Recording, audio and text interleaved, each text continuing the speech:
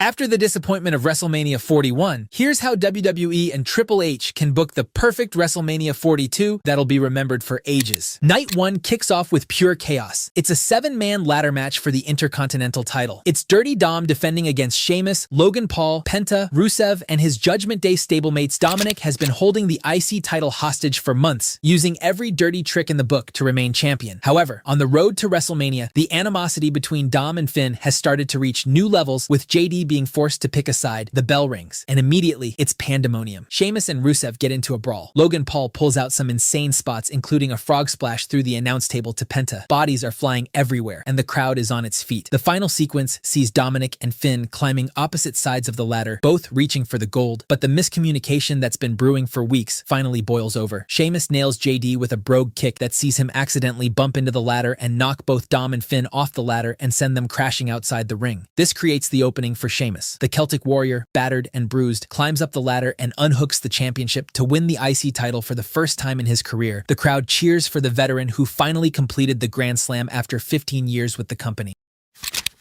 After the insanity of the opener, we shift gears to a personal grudge match.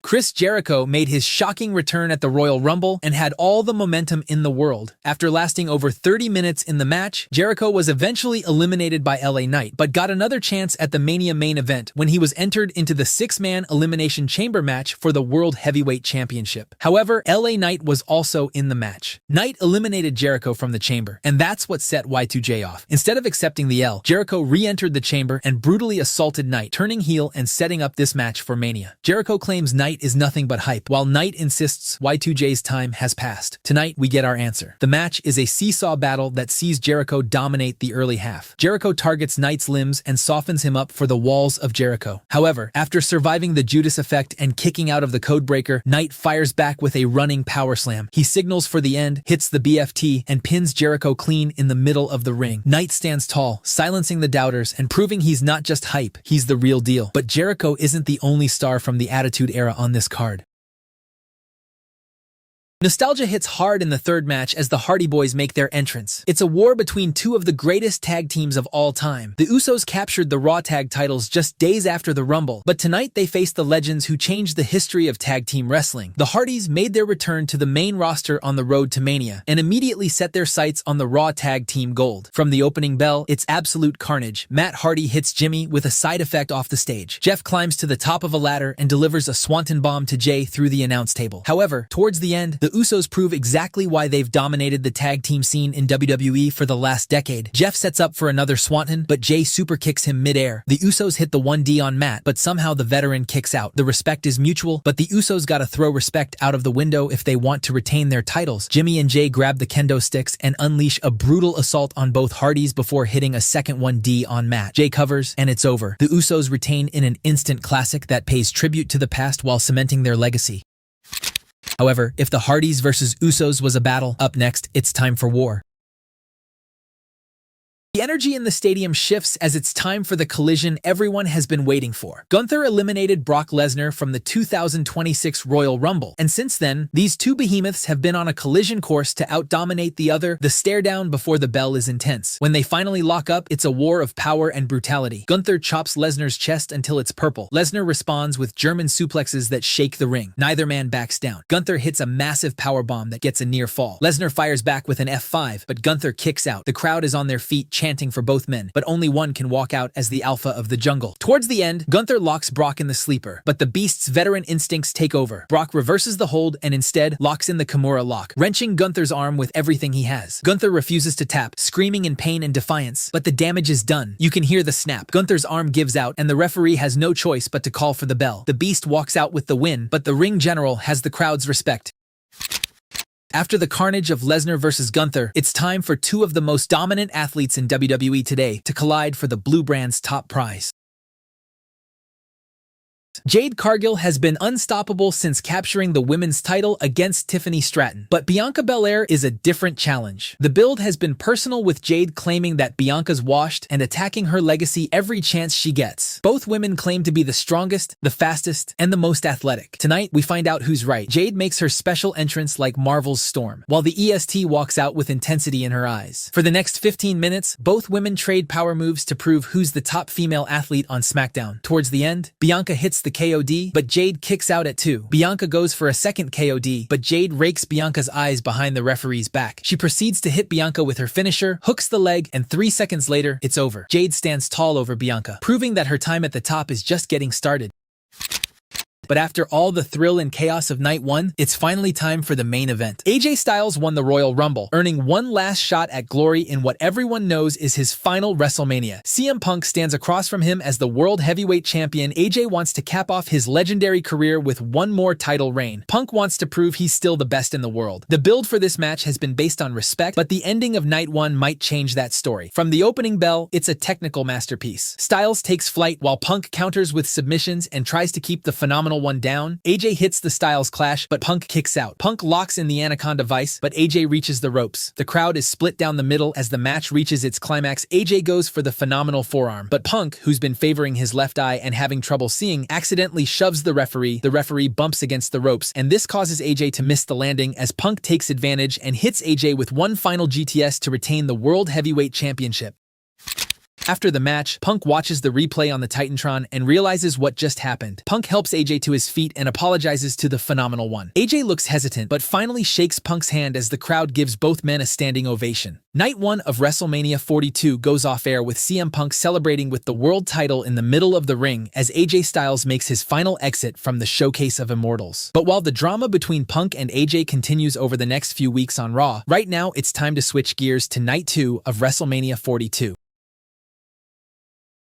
Night 2 opens with a battle for supremacy. Roman Reigns, the man who dominated WWE for over 1,000 days, faces the future in the form of Bron Breakker. The animosity between them has been building all year. Bron and Roman eliminated each other from the Rumble. They've been a thorn in each other's path to championship glory, and at the grandest stage of them all, it's finally time to settle this feud. The match is a clash of eras. Roman uses his experience and psychology, slowing the pace and playing mind games with Breakker, but Bron is a freak athlete. He overpowers Roman, clotheslines him, and even slams him through the announce table. It's a battle of powerhouses in the first match of Night 2, with neither man willing to stay down. Towards the end, Roman sets up for the spear, charges forward, but Paul Heyman jumps on the apron, distracting the tribal chief. Roman strikes the Wiseman with the Superman punch, but the hesitation costs him as Braun capitalizes and hits a thunderous spear of his own to defeat the tribal chief at WrestleMania. Heyman and Breakker gloat on the ramp with an evil smile as Roman fumes in anger.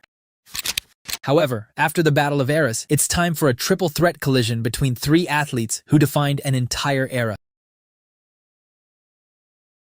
The emotion is overwhelming as three legends of Japanese women's wrestling stand across from each other. Asuka has been targeting Io for months, berating her for being a traitor and disobeying her orders. Io has been battling through all the insults and humiliations while recapturing the women's world title inside Elimination Chamber. Kairi has been caught in the crossfire, and only one of them can walk out of Mania with the gold. The match is a beautiful display of athleticism and storytelling. All three women know each other too closely, and moves get countered before they even happen. In the final sequence, Kairi and Io collide mid-air, both crashing to the mat. Asuka sees the opening, mists Io in the eye, and locks in the Asuka lock on Kairi to become the new women's world champion. The Empress of Tomorrow steals the title, but the rivalry between her and Io is far from over. However, after this triple threat clash, it's time for a clash between two monsters.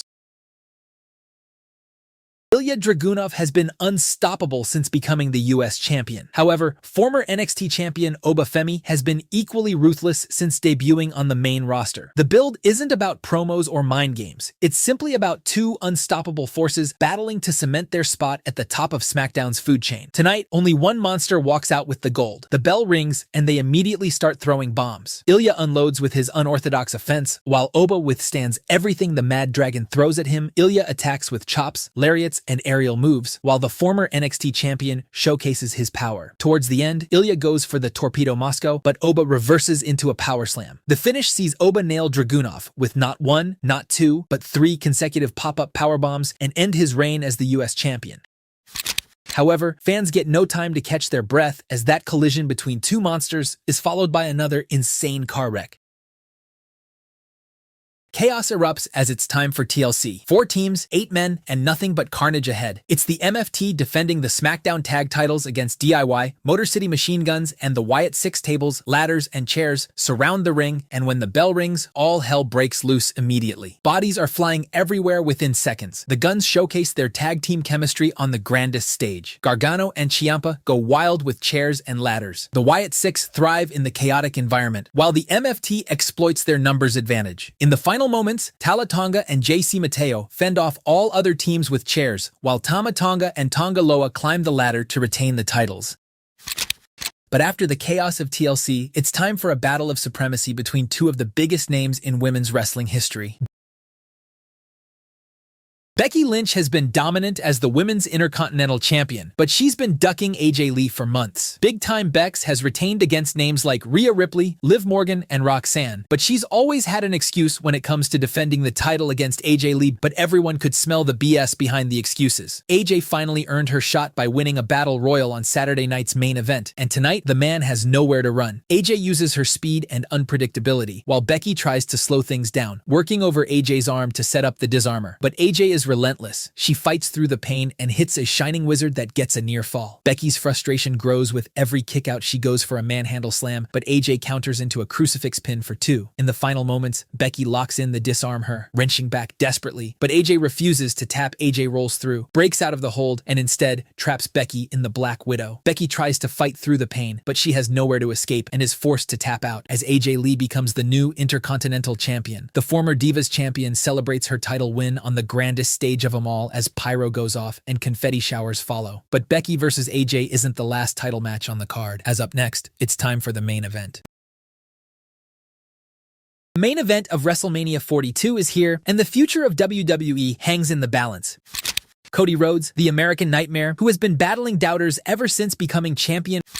Randy Orton, the Viper, who grew tired of being overlooked, disrespected, and treated like he was past his prime. The heel turn shocked the world when Orton attacked his former legacy stablemate and set his sights on the one prize that's eluded him in recent years. Throughout the build, Randy has shown more sides of his evil, darker side. He's disrespected Dusty Rhodes' legacy, he spat on Cody's accomplishments, and tonight, the Viper is hunting his 15th world title. He wants to prove he's still the apex predator. Cody wants to prove his championship reign is legitimate, but only one man can walk out of Vegas as WWE champion. The match is methodical and brutal. Orton targets Cody's injured ribs while Cody fights back with everything he has. Orton controls the early portion of the match with his signature offense, while Cody keeps kicking out of the Viper's barrage, his lungs and ribs getting more exhausted with every kickout. Orton hits his vintage DDT and goes for the RKO, but Cody reverses it into a crossroads. Orton kicks out at 2, but this provides Cody the opening he needs to unleash some offense of his own. Cody unloads with punches, elbows, and hits Orton with the disaster kick before setting up for another crossroads, but Orton reverses and shoves Cody into the referee. Orton takes advantage of the situation and nails Cody with the RKO, but the ref is down. Orton attacks Cody's injured ribs with chairs and stomps as the American Nightmare starts coughing blood. The Viper's assault is relentless, and he refuses to stop as medics rush to the ring. Cody's wife Brandy runs in to check on her husband, and that's when Orton taps into his 2009 mode. While Brandy is checking on Cody on the apron, Orton grabs Brandy by the neck, sets her up on the middle rope, and hits the vintage Orton DDT. Cody sees this all unfold as the American Nightmare is overcome with rage. Cody loses his composure and goes after the Viper, but he walks right into another RKO that seals his fate. WrestleMania 42 goes off the air as Cody's reign comes to an end, and we once again enter the age of Orton. And if you want to check out the follow-up for Styles vs. Punk and how WWE should book AJ Styles' retirement, check out this video next.